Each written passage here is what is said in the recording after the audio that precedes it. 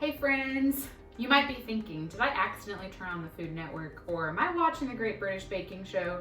But I promise you're in the right place for our family devotional tonight. I decided to come to you from my kitchen because we're going to be cooking up some patience.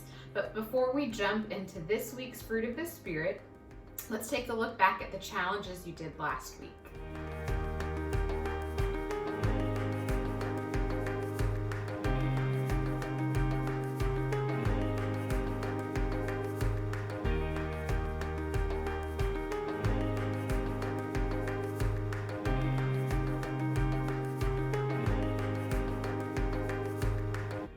Great job spreading some peace. And let's see who the winner for this week's drawing is. Bailey Wolp. Congratulations, Bailey. I'll be sending you a gift card so you can pick out something fun. So this week we're talking about patience. And I spent a lot of time thinking about patience for this week's video because it's something that a lot of us are struggling to have right now because we're all having to wait on things. Because patience is all about waiting with calmness and joy, even in the waiting. And right now we might be waiting to see our friends or our family, or waiting to play sports again, or do the fun things we want to be doing, and we're just having to sit around and wait, and waiting can be really, really difficult. And there are a lot of stories in the Bible about God's people having to wait on things. Abraham and Sarah, God promised them a son, then they had to wait many, many years before they actually were able to have their son Isaac. And then God's people, the Israelites, they had to wait years of being slaves before they were freed from slavery in Egypt. And they finally were freed, and they had to end up wandering around the desert for 40 years before they were able to enter the promised land. I'm not saying that they were always the best at waiting patiently, but they had to wait and wait and wait on the Lord and God's timing to enter the promised land. And then there's the 400 years between the end of the Old Testament and the beginning of the New Testament where God's people were waiting for God's son, Jesus, to be born, for light to enter the world again, and for there to be hope. So the Bible is full of people that had that longing and had to wait on God. And there's a lot of verses in the Bible about how to wait on the Lord. And one of my favorite ones is from Isaiah 40. And it's going to be our memory challenge for this week. But before we get into the part that's our memory challenge, it's helpful for us to know stuff about God while we wait. So it says that God won't become worn out or get tired. No one will ever know how great his understanding is. He gives strength to those who are tired, and he gives power to those who are weak. Even young people become worn out and get tired. Even the best of them trip up and fall. But this is the part that's our memory challenge for this week. Those who wait on the Lord will receive new strength. They will fly as high as eagles. They will run and not get tired.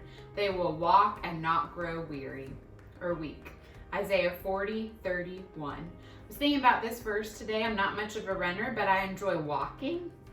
And sometimes you start walking and walking and you walk a long time and your body does start to get tired, right? Sometimes when we're waiting, we're trying to wait patiently, we're waiting and we start to get tired of waiting, right? But God never gets tired. God is so patient with us. When we make mistakes, God waits on us, right? He never gives up on us. His love never fails. So the same patience that God shows with us, we need to show to other people, right? So it's not only hard right now to be waiting on things to happen, fun things. It's also hard to wait and be patient with our family members, right?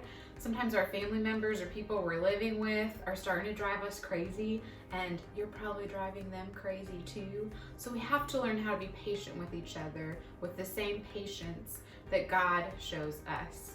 So this week, let's work together on being patient. And some of my friends, the Eatons, are going to share with us how they've seen patience in each other. Hi, we're the Eatons, and we're going to be talking to you a little bit about patience today. Starting off, McKenna is going to read in Ephesians. Ephesians 4:2. Don't be proud at all. Be completely gentle. Be patient. Put up with one another in love. So we're talking a little bit about how we saw patience over the last 6 weeks, and one of the biggest things is really just being together but playing games. I think everybody has had a pretty good attitude and stay patient. Everybody gets competitive at different times, but it's been fun to see everybody be patient. And also, we have a dog, Coda. The girls have been wanting a dog for a long time. I guess all of us wanted a dog for a long time, but we finally got one here, so we're all really excited to have a dog. One of the ways I've seen patience is just in the way that all the kids and have been patient with each other and helped each other with 5 of us here all the time, every day now. Lots of school and work, then there's been lots more dishes and things to be done, and everybody has been patient with each other and been kind, which I know that's a different virtue, but this verse talked about how being gentle and patient and putting up with each other. And it's just kind of been fun to see how we have been spending so much time together in the house, and everybody has actually been getting along very well and enjoying each other. I've seen patience in everybody, but especially my sisters, when I've been having to do a test or some kind of schoolwork where there can't be any interruptions, and I need everyone to be quieter, and they've done well at being patient with waiting for my school to end. I've seen patience in my parents about like how they'll be patient, like if they can't find one thing at a store, and they'll just like keep trying to find it, even if it means they have to go to a bunch of different stores. I think I've seen patience in all of us, really. Like with the new dog, it's hard because he doesn't really know how to do stuff, and I feel like we've all been patient and just been kind to one another. So that's how we've seen patience, and we hope that everybody is having a great week, enjoying at least some of your time together.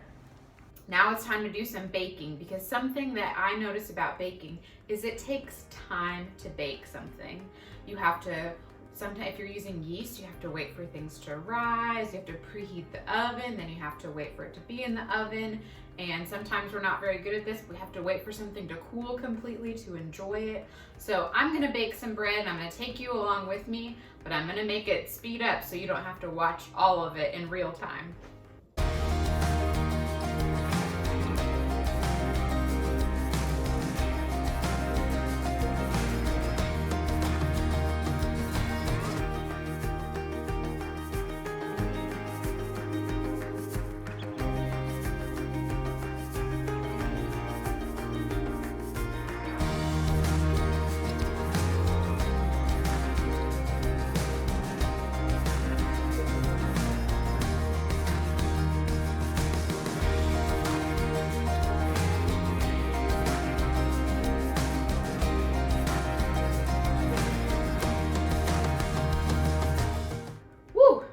That bread's gonna be good.